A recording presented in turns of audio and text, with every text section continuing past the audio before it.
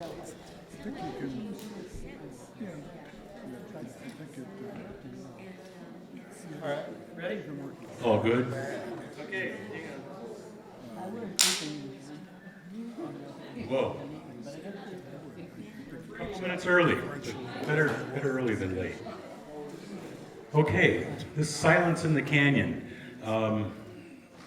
In Hollywood, everybody goes, oh yeah, movies are made all over the place. Well, you know, a little over 100 years ago, 110 years ago to be exact.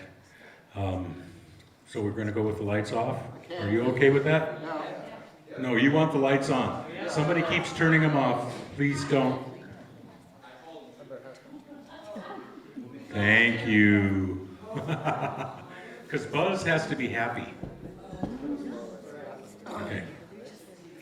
So, actually, it's not that long ago, 110 years ago, and films back then, when they first started making them, were one-reelers or less. And they were kind of shown as an amusement. They didn't really have a plot. They didn't really, it was just the beginning.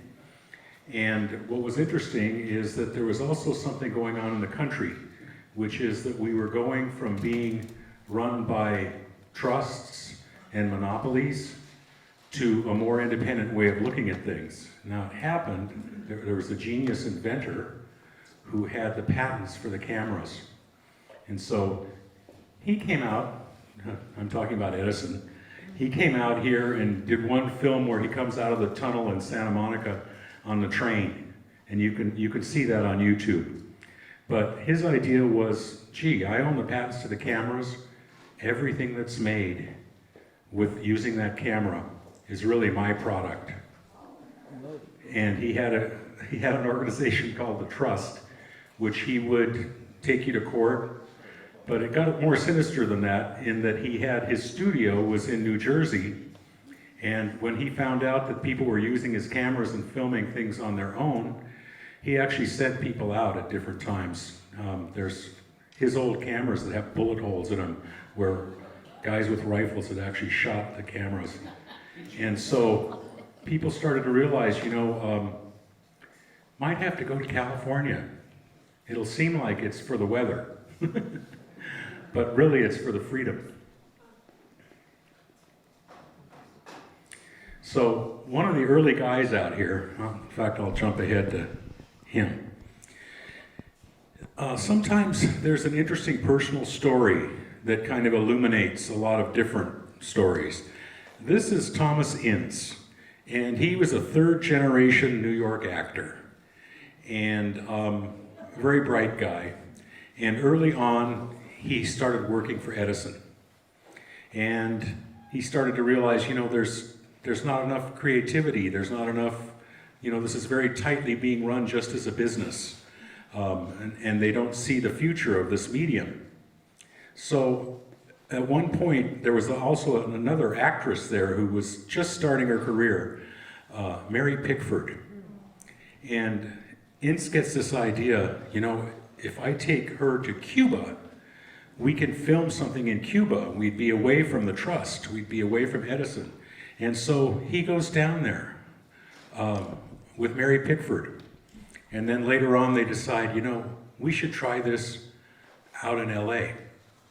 So they come out, and at the time, there's a really idealistic guy who had come out here in the 1880s and started real estate. But he had this idea for a real, almost a Renaissance town. Because when he was going to college, he'd walked through Venice, Italy. And when he did pretty well in real estate in the 1880s, he owned most of Huntington Palisades, was actually... Oh, did I go back? There's the boy, Abbott Kinney. So Abbott Kinney was a real idealist, and when he first came out in the 1880s, he'd actually come out as an Indian agent, because he'd grown up in Washington, D.C. during the Civil War. And so he came out to report on how the Indians were doing in the various places that he visited, like Yosemite, whatever. But he was very pro-Indian, pro all kinds of people. He was famous for hiring, very early, hiring blacks as managers and as an important part of the Venice scene. So here was a very idealistic guy. So that's where, when people came out, escaping from the scene in New York and New Jersey, and they had an acting background, they came and stayed in Venice. One of those guys was Charlie Chaplin, one of them was Thomas Ince, and of course Mary Pickford. But at this point, you know, he starts Venice in 1905. Most of these people are showing up in 1909, 1910, and there was already a really outstanding talent here who was a technical talent, D.W. Griffith. And he had a cameraman named Billy Bitzer, and they were inventing close-ups, long shots, pans. They were really turning that camera into a real art. So there's Ince, a young Ince. And what's kind of sad is later on, a lot of us know Ince from his involvement with Hearst and how his untimely death, and there tends to be a focus on that instead of the focus on what a real production genius he was. He invented the shooting script. Many techniques of almost, assembly line makes it sound bad, but the fact is that if you're gonna film action, if you have to film it and then go into town, film the town scenes, and then film it when they're leaving, it takes twice as long as if you just have them run one way and run the other and then do it all in the editing room. He was famous for being the editor and setting up a real modern production. There's Mary Pickford. Oh no, brilliant guy, just kind of, you know. Yeah. And what's funny is that, you know, he fought tooth and nail with that trust thing, and of course ended up losing in the courts, because you don't own. I mean, if you make hammers, you don't own every nail that's... So when Ince comes out here, and he's staying right in Venice, right by the beach, there's a Wild West show going on there. And there's a nostalgia in America around 1910, because we had become modern. There was a nostalgia for the West. And actually, I'm old enough now that I've seen that Western cycle come through a couple times. We tend to see it on TV shows, and some even say Star Trek is kind of a Western. But anyway, the idea is that this was a time when people were nostalgic for an old way of looking at things and what the Old West, they had a romantic idea about the West. And when D.W. Griffith is here, and he definitely wants to hide from Edison, he's hanging out in the canyon and he's filming on the beach. And the problem is, when he shows the Indians coming in contact with the cowboys, the Indians are usually bad guys. But when Ince comes out, he's going, no, I don't think so. That wasn't the history of it, and that isn't the way the people are. So the guys down on the beach, no surprise, the Indian tribe that's down there doing the Wild West show says, yeah, we'll come out to your little canyon area and we'll film Westerns. Can we live out there with our families? Oh yeah.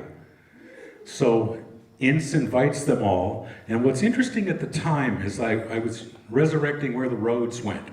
And you know, tonight at 10 o'clock, they're gonna close Topanga, which they've been doing for a while.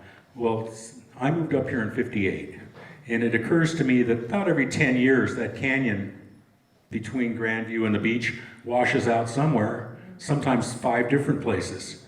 And the fact is that when it was just an Indian foot trail, that would be okay. You know, you had to step into the creek, you had to climb a little higher on the hill. The Spanish arrived with horses. It's starting to be a little rougher. When, after the gold rush, when people are all here with wagons, they're going, no, what are the other trails? Well, it turns out that the stagecoach, anything with wheels on it, didn't want to go through the creek. So they were coming up on something that's called the Ridge Road, the Ridge Route. And it actually goes down, if any of you have done the full length of Topanga Park, it actually comes out at sunset, right across from Self-Realization Fellowship. And that is still, there's a big sign there that says Topanga Park, And that, you know, this is 12 years before the Palisades was even founded. So arguably, the closest town that anybody would have referred to this whole area is Topanga. And actually, when a lot of the white folks came in, they started calling it Topango. So a lot of you have seen the old stuff from around the turn of the century, a little later, where it's called Topango. And I love to see those things on postcards or whatever. But that was the trail. You actually got up there right at Los Leones, and I used to think, oh, it's named after the mountain lions. No, it turns out Miguel Leones from the Calabasas adobe, he had a corral there when they would unload animals on the beach. He would bring his animals there and keep them in a corral, and then they would take them over the ridge route all the way to Calabasas. So that's the route, and when Ince comes out here, he gets 11,000 acres, starting at the beach and just going up the canyon and up over the hill. Basically, that's the park, our park now. 7 miles. And what's perfect about it is that anybody that's coming to give him a hard time about his use of the Edison cameras, they have to come up into the canyon where the shooting's going on. And they also have to deal with all those Indians and cowboys that are there as extras. They're just kind of going, you got plans here? You know? Because Edison did send out the guys, and they did burn a studio down in LA.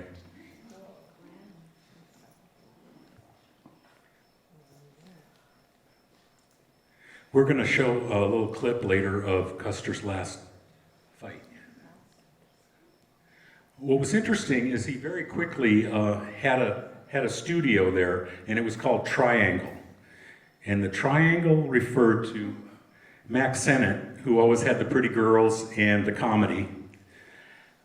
D.W. Griffith, who was a genius with camera and movement, and he understood film in a way that what's happened for his epic film, Birth of a Nation, is that because it has some very unpopular political ideas in it, KKK, people judge it now, 100 years later, by that. And the thing is that, yes, that part was not good. However, it was the first feature-length film, and it is gorgeous to look at. And it had more of an effect on the culture than Star Trek had on us, or 2001: Space Odyssey, or if you think of Gone with the Wind. It was one of those kinds of films that nobody had seen a full-length film and shot so beautifully.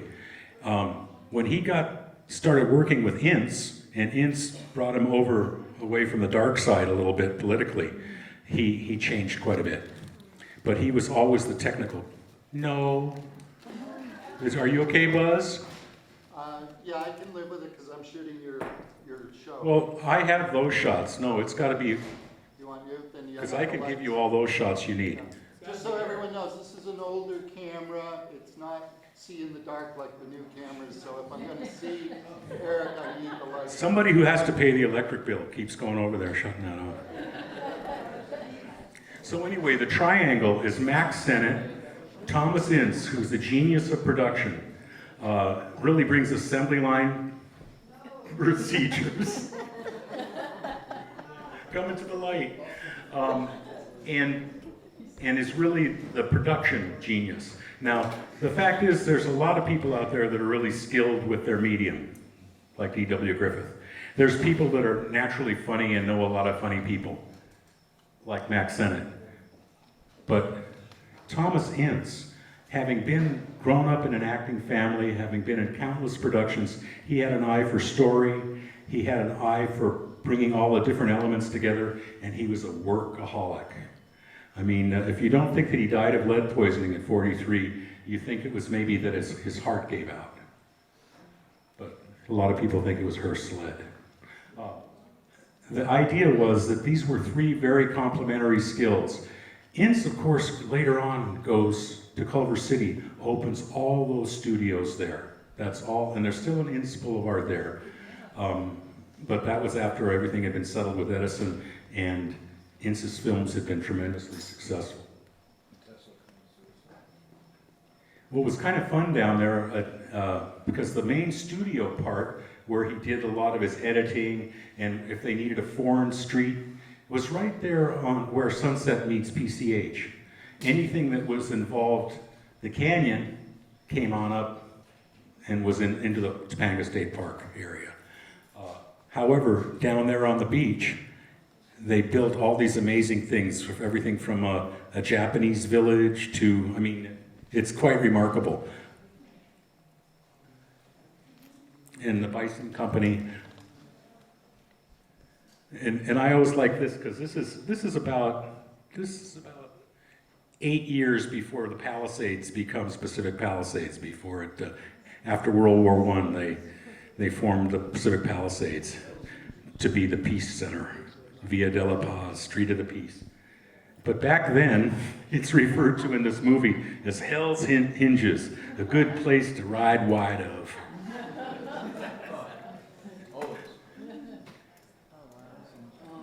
So this is right where Gladstone's is now, just on the right, and that's of course Sunset Beach there. And up on the hill with all those glass walls is where he did his editing with natural light.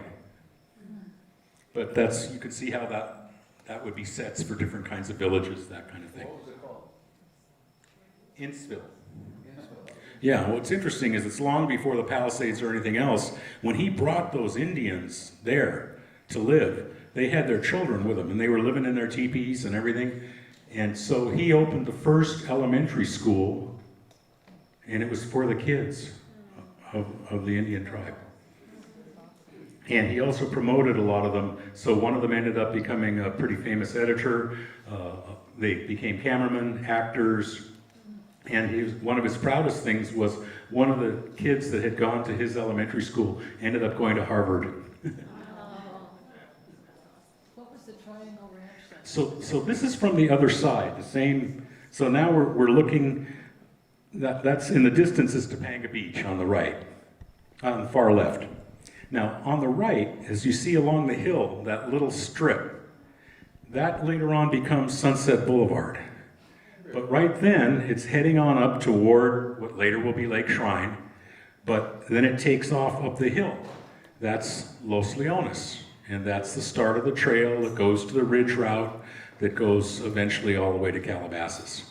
The part that's now Sunset, was that Los Leones? Pardon? The part that's now Sunset Boulevard Yeah. was Los Leones?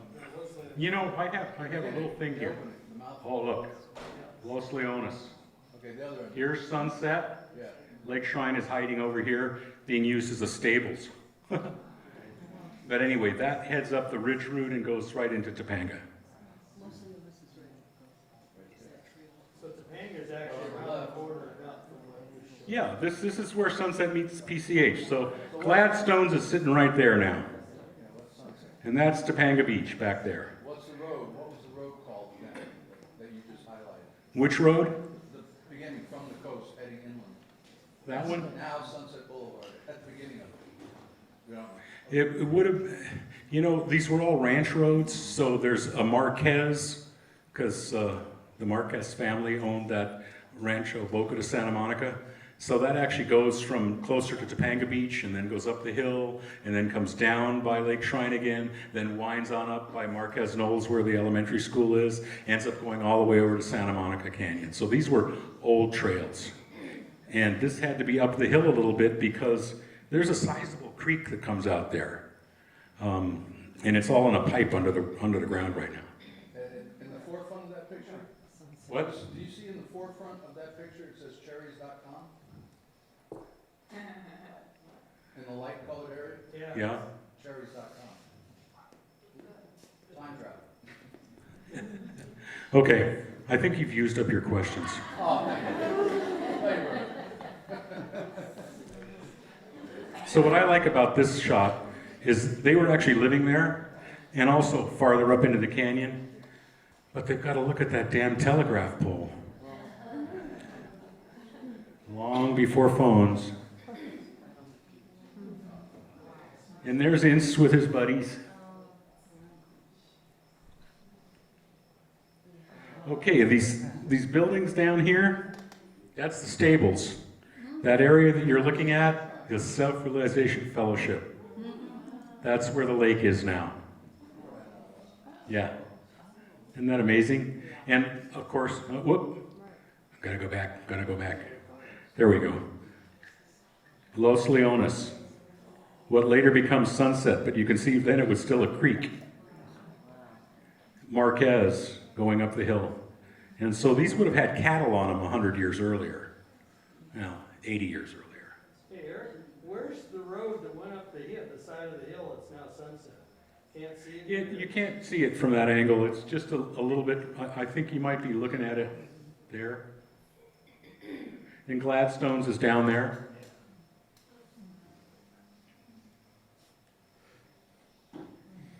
So these were the families that were there. And what was interesting at the time is a lot of real cowboys came into Hollywood hoping to be in the movies, and then they would work as extras or security, or they came and so did other Indians. And what was very interesting is at the time, a lot of people in Santa Monica and also in Topanga knew that if they showed up in appropriate attire, that they would get to be extras in the movies. And at the time, movies were everything.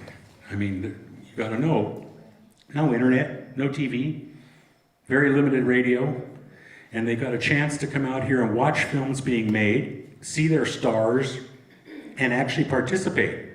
So a lot of the Indians and a lot of the extras that you might see are actually locals. And of course, up here in Topanga then, we still had a lot of locals who were, it wasn't clear what families they were from originally. Because you got to know that in 1850, when California was forced to become a state because of the gold rush, everyone who was Mexican, who was here, became a citizen. They didn't give Native Americans the vote until 1924. 4 years after women, 4 years, I mean, so we were a state for 74 years before the Chumash that had been here for 10,000 years were recognized as citizens. So they couldn't testify in court if they were wronged. I mean, it was really a sad thing. And yet, 14 years before they get the vote, INS is building a school for them, giving them all their rights, treating them like the human beings that they were.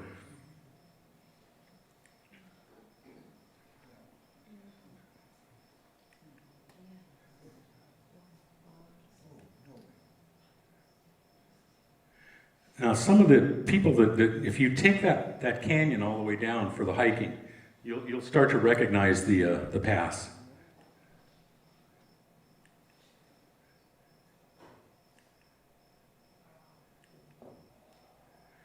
And this is actually right where PCH goes now.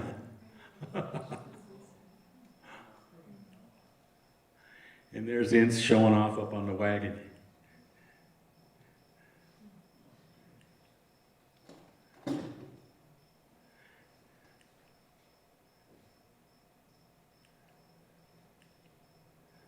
Now, what was interesting is this is Chief Eagle Shirt, and Ince really liked him. They got along really well, and they became blood brothers. So Thomas Ince is blood brothers with Eagle Shirt.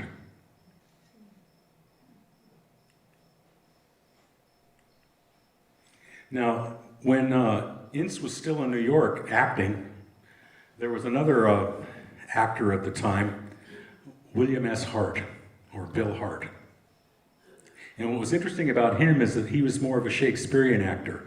Now at the time, if you were a classical actor in New York, you kind of thought of the movies as being kind of trashy or beneath you in some way, and yet very quickly they're taking over the world.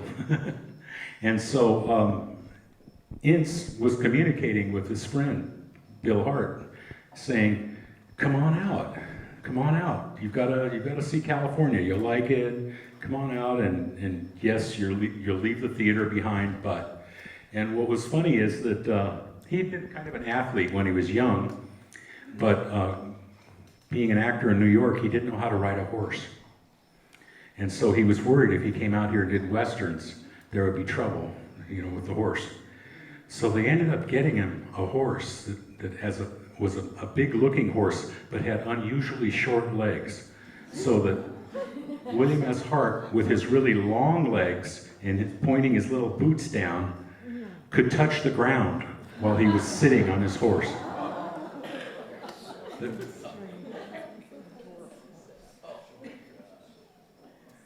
You can see how tall he was. He's a pretty tall guy.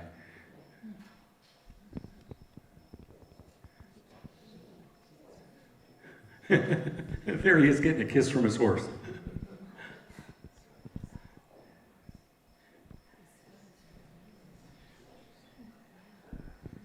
So this is actually quite a way up Los Leones. This is very much closer to where the ridge route takes off. And of course now most of that ridge road is the fire road.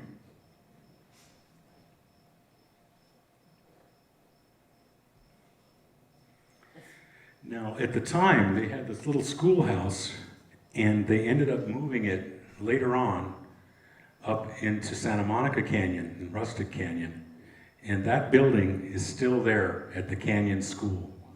So sometimes I take the Canyon School kids to the old graveyard, the family graveyard, because it's walking distance.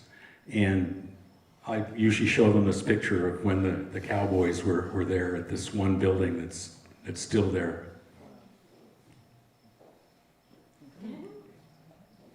The guy in the middle was the mayor of Santa Monica who was invited to a shoot day. He looks a little mortified, but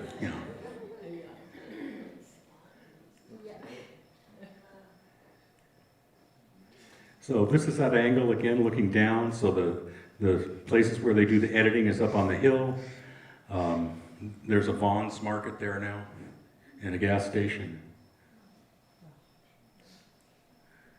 And it was interesting because anything that you do that has real attraction for the public, you can always repeat it again later. But as quick as they were doing these things, and like over 400 films were made. They weren't all feature length or anything, but there was a lot of films. And Ince started to realize they had to do other kinds of film. And so there was a Japanese fishing village, which is right there. It's about halfway to Santa Monica Canyon. And he actually made some of those Japanese people there into actors and actresses. Sesu Hayakawa. There was one who later on was in The Bad Guy in Bridge Over the River Kwai. When he was a young man, he was in one of Ince's films.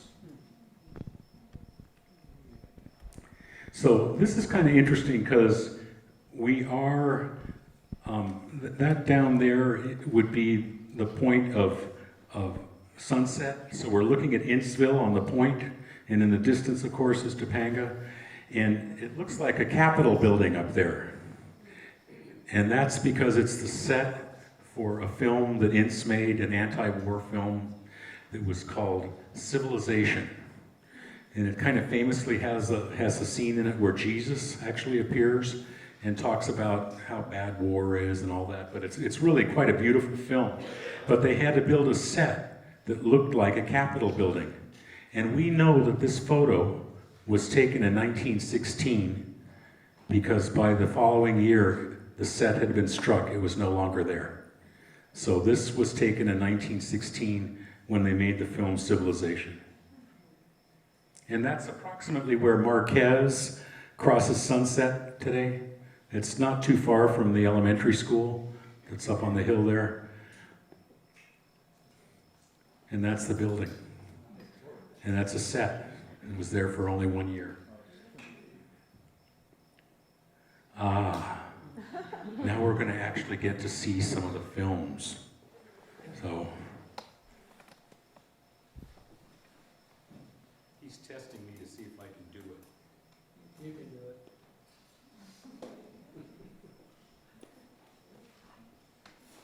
We believe in you.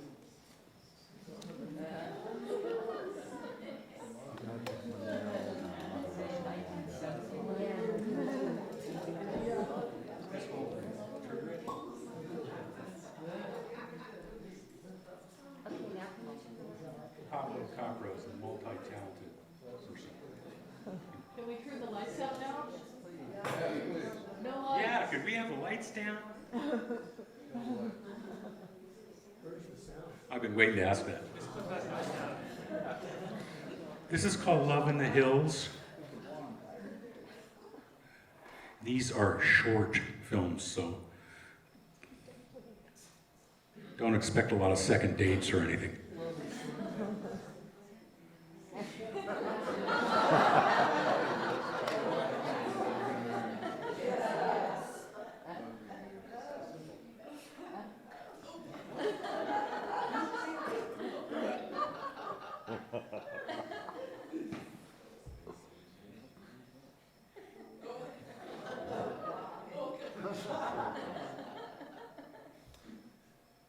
This is 1911. Something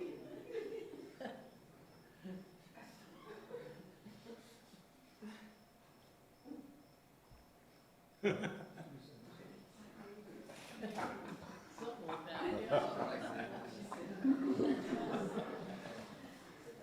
Quick canyon romance.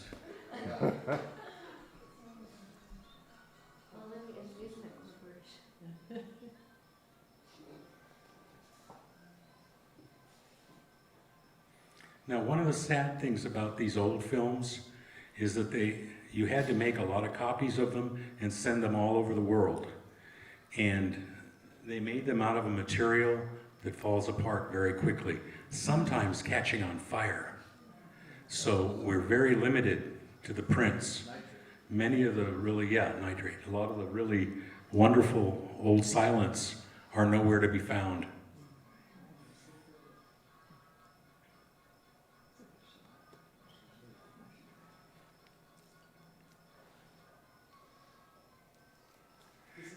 Can we try focusing it a little bit? Because we, No, I think this one is blurry. This is not good. was this? Okay.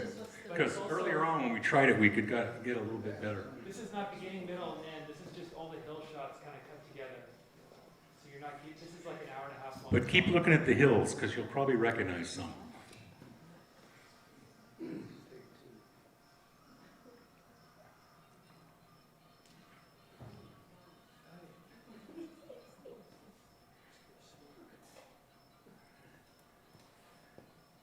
What was nice about the ridge route and coming in the back way to the canyon is you didn't have to avoid any signs of modern living.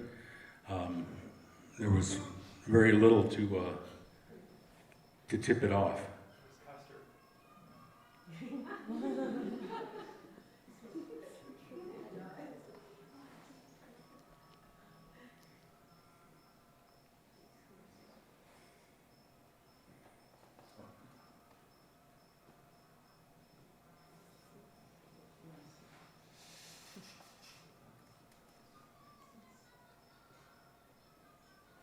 They look like Topanga people, don't they?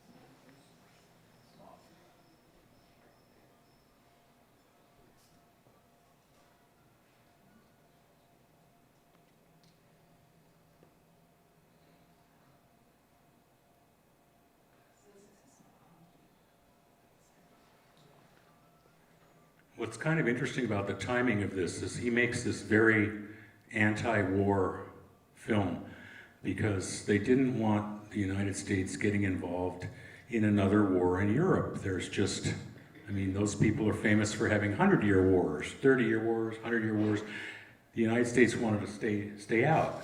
And the president at the time was Wilson. He also wanted us to stay out of the war. And so the war was actually going on already in 1916. And if you remember, we get into the war in 1918. And at the time, Ince was a friend and communicated a lot with Wilson.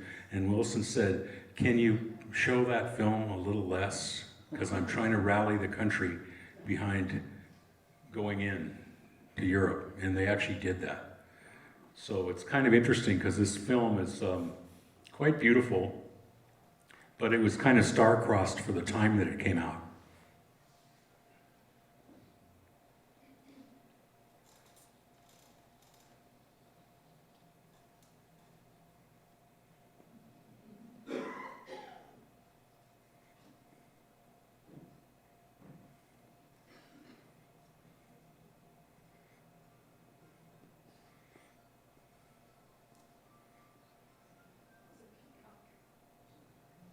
What was interesting about the roads at the time is that Lucy Cheney had been our postmaster, and she used to take a wagon to Santa Monica to bring all the mail back to Topanga, and she kept advocating that they would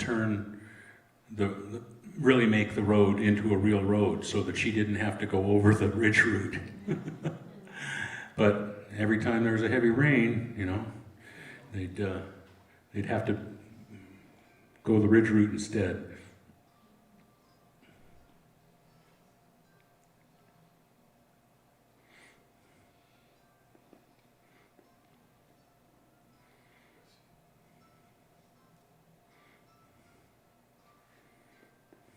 So every time I watch this, I'm looking and I'm trying to recognize little peaks or where the trail goes now. Because if you think if they came all 7 miles up into the canyon and into the park. Oh, so Ince is friends with Charlie Chaplin when they both arrive in Venice.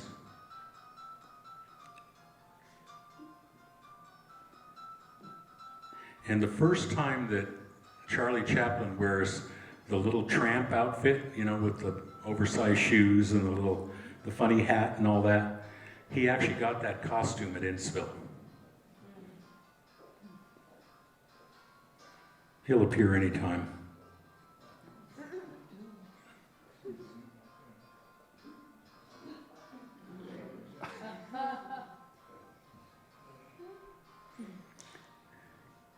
And this is right near where Arch Rock used to be. So we're very close to Topanga Beach, and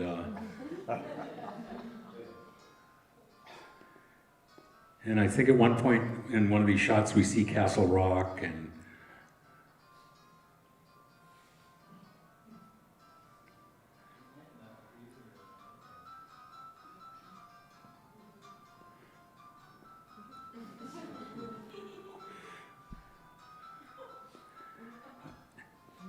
now that's an old cattle road that used to go up because they would unload the.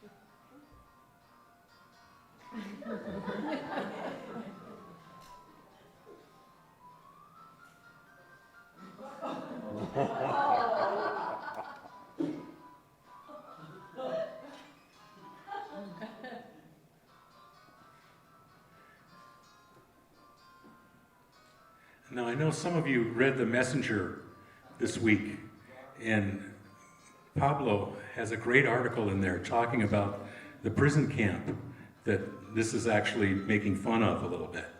But there was a famous camp right in the mouth of the canyon. And if you haven't read that article, definitely see it. It's in the, pardon? We're stopping there. Do you want to see more films?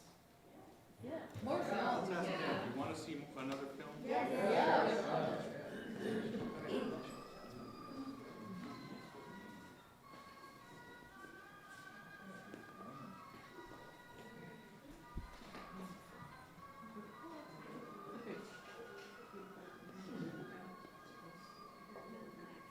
See, this is the other point of the triangle.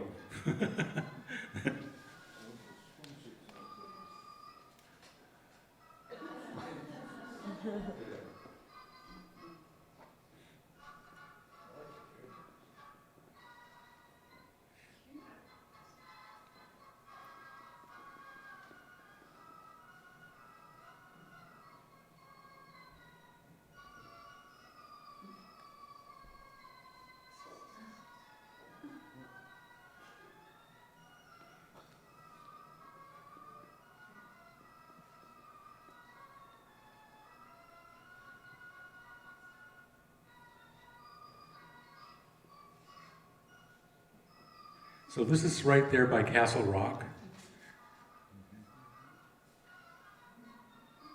What was interesting about these partners is that they got together, made a bunch of really good films, and then each kind of went their separate ways. Ince goes, of course, to Culver City, starts all those studios down there.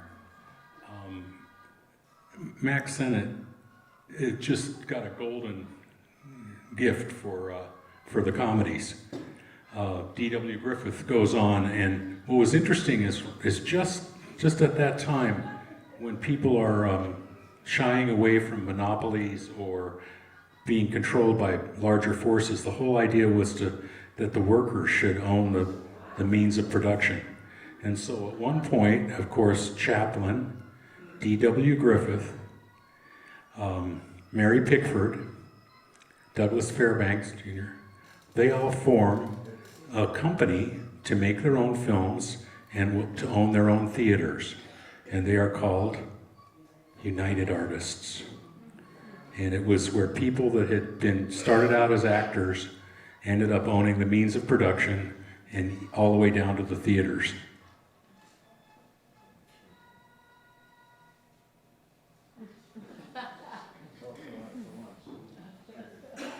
Another film?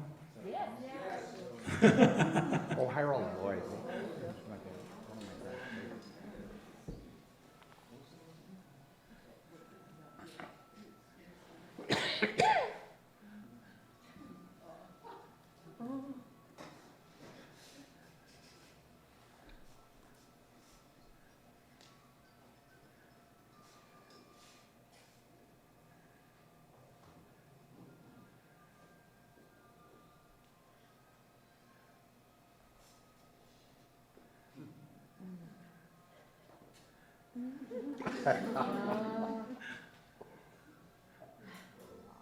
Yeah.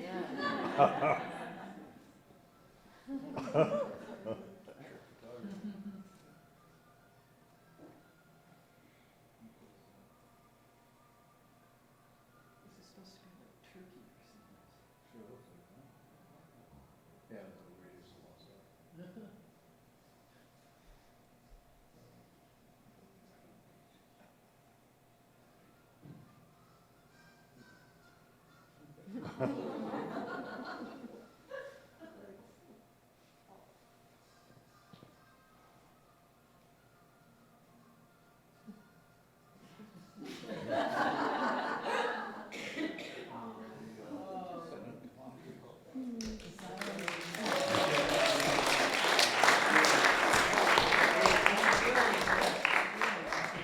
Thank you.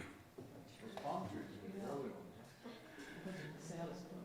Yeah, what's been kind of interesting is that the film business in that magic time from about 1910 to 1915, 1916, went from being this little tiny amusement where you would go in and just be in a room and they would crank the film and you would watch, to becoming this major industry.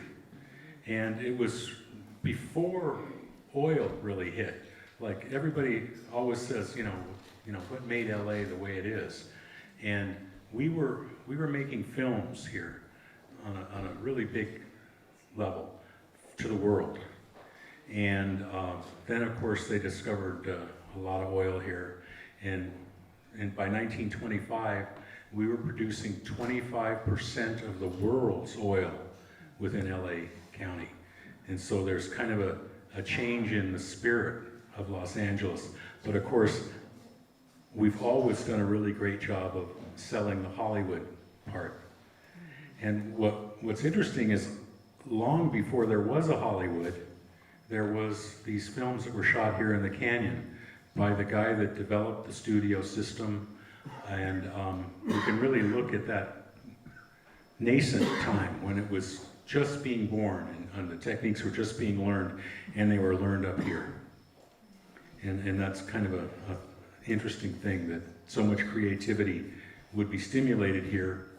And yet, growing up here, I didn't know it. I mean, we really are kind of anonymous in that way, and yet hundreds of films were made here. Was Topanga role itself? Pardon? At that time, in say 1950, what percent of all films were being made in Topanga? I mean, was it 1% or 10%? Oh, at least 10%, but the idea was that if you go back to 1911, 1912, it's What's the question? 50%. Yeah. I mean, Is that the question again? he asked what percentage of films were being actually made in the canyon. And by 1915, there were things being made in Culver City.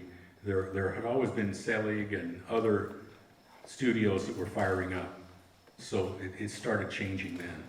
But early on, if you're talking 1911, 1912, we have another film historian that I think is itching to say something.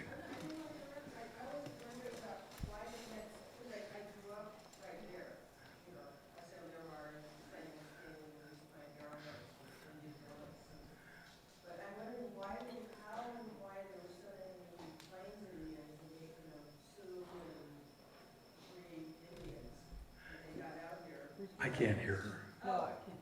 Yeah, you should go to the microphone. How did they manage to get so many Plains Indians in LA? Like Sioux and Crow and the Native Americans from the Midwest out to Los Angeles in their regalia, the headdresses and their... Well, what was interesting is, of course, the trains had really hit California shortly after the gold rush and through the Civil War. So we've got a lot of trains that are coming here. And then our ports, we're doing a lot of business. So people were coming on the train. And of course, Ince himself was fascinated with early flight. And so he built an airstrip that runs along Venice Boulevard right at Abbot Kinney that was called Ince Field. And so they used to film a lot of stunts out of there. And that was the rage then. Every film had to have a biplane in it. So they were really loving the planes and the technology. It's always been like that. They embrace the latest technology and everybody wants to see it, and it's a big chance to see it. But what was interesting is how they then, once they were allowed to use any cameras that they wanted, once the industry really started blooming, so many creative people came out here and really brought the stories, brought, you know, great actors and actresses, and we already had the machine in place to produce all those films. So later on, of course, Desi Liu takes over the Int's place in Culver City. But in the meantime, you know, Gone with the Wind, King Kong, early Star Trek, was all filmed down there at old Ince Studios.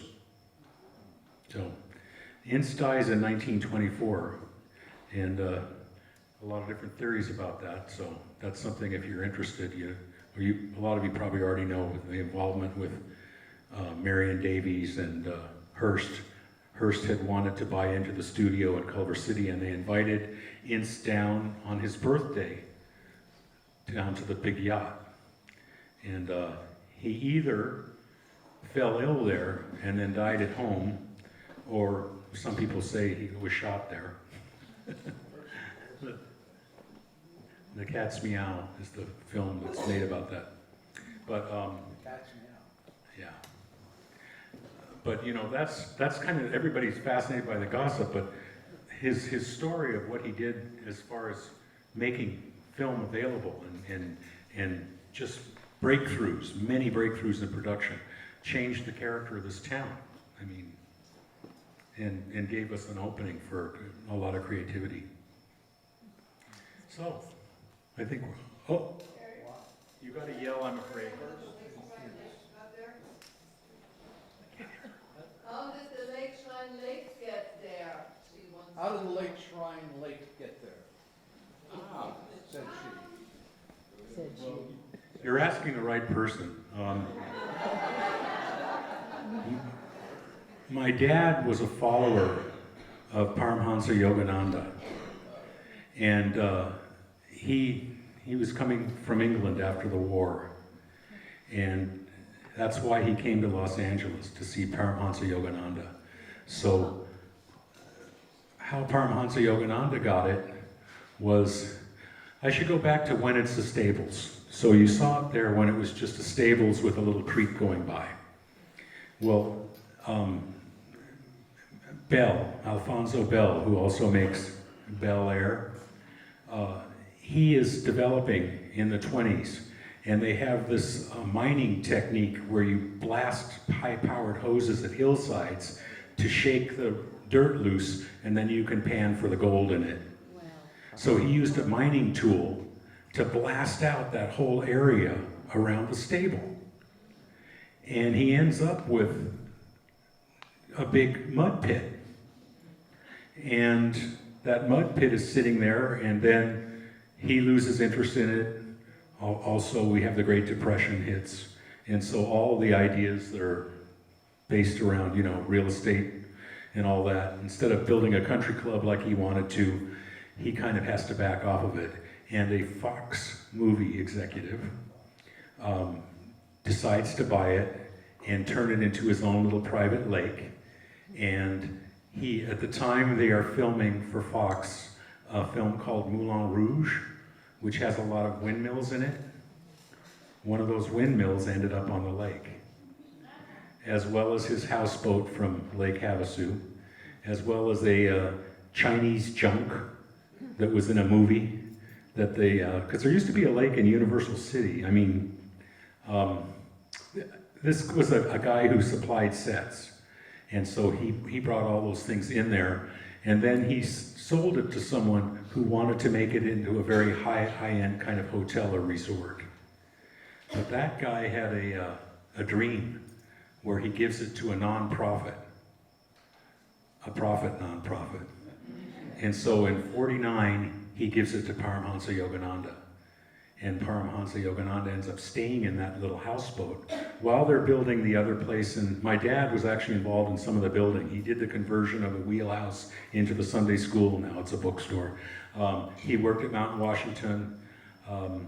He worked for several of those places, but that's the timing. 49, it goes to Paramahansa Yogananda, and it becomes Self-Realization Fellowship. His mom worked in the bookstore. His mom worked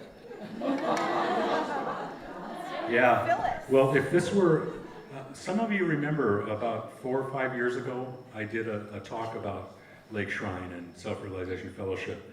And the people that came to that got to see a picture of me in the local magazine for SRF as a 4-year-old sitting in full lotus. That's only for those that see that talk. Eric,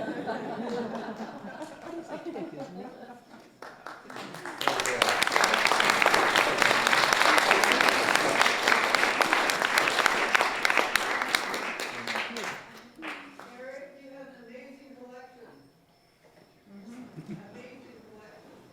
Amazing collection. Amazing collection. You have amazing collection. He said, amazing collection. Let's see if we've got anything else here. There's a couple other shots here. You patient enough to see them? Yes. Okay, this is right where now it's Gladstone's. And of course, Ince is getting one of those famous planes in there.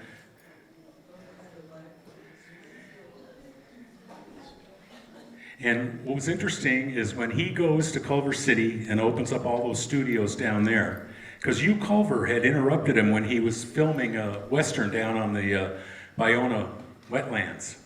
And they needed jobs in Culver City. And he said, I'll give you a real deal on some land if you'll come in, build a studio, and hire a lot of Culver City people to work there. And so that's why he moves to Culver City. And his old friend, William S. Hart, buys Inceville, and it becomes Hartville. And so this was the building that's still there that Ince built in Culver City. It's still there on Ince Boulevard. But he did bring some of his buddies with him. This is just an early map, long before, well, just showing that it continued to be called Inceville for a long time. I mean, that had been Beverly Boulevard and it became Sunset Boulevard, but you can see it's still called Inceville. That was always a prop, meant to look like an East Coast church. Was never anything other than a set. But because it was across the highway from Inceville burned down twice. It never burned, but that's where Gladstone's is now. Oh, here we got a Self-Realization Fellowship shot. And look how big that bridge is there. I mean, there's some serious water that comes down that Santa Ynez. Did the ridge trail run up Santa Ynez Canyon, or? I'm afraid up here I can't hear you at all. Did the ridge route, Was the ridge trail part of Santa Ynez Canyon or Paseo Miramar?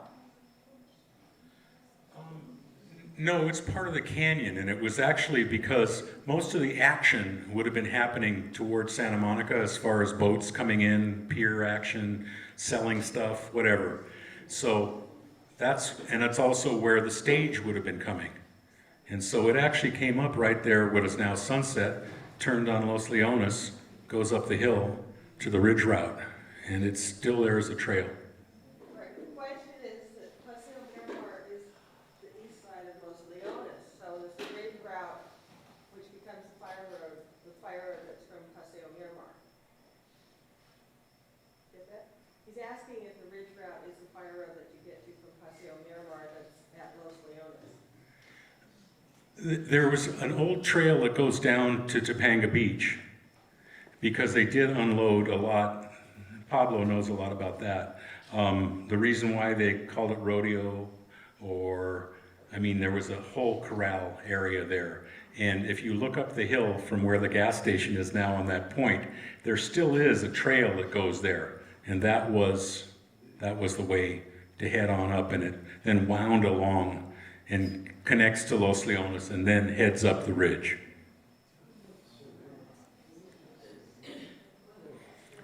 Yeah, Moulin Rouge.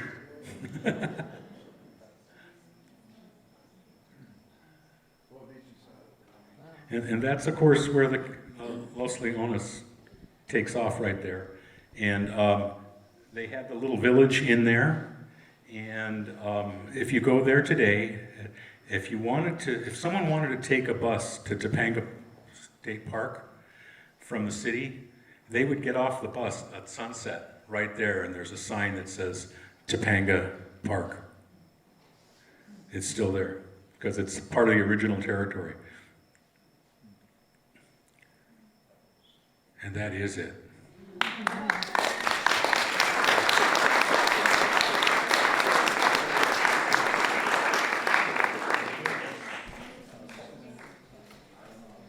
So, Tom, before the call,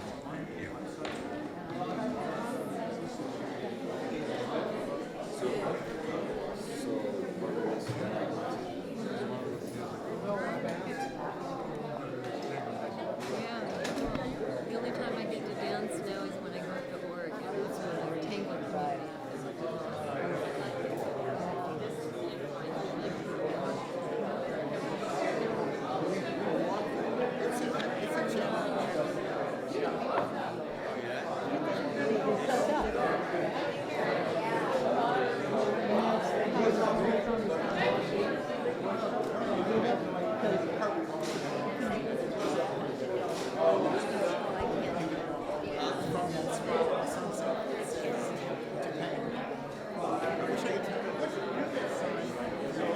Get all that?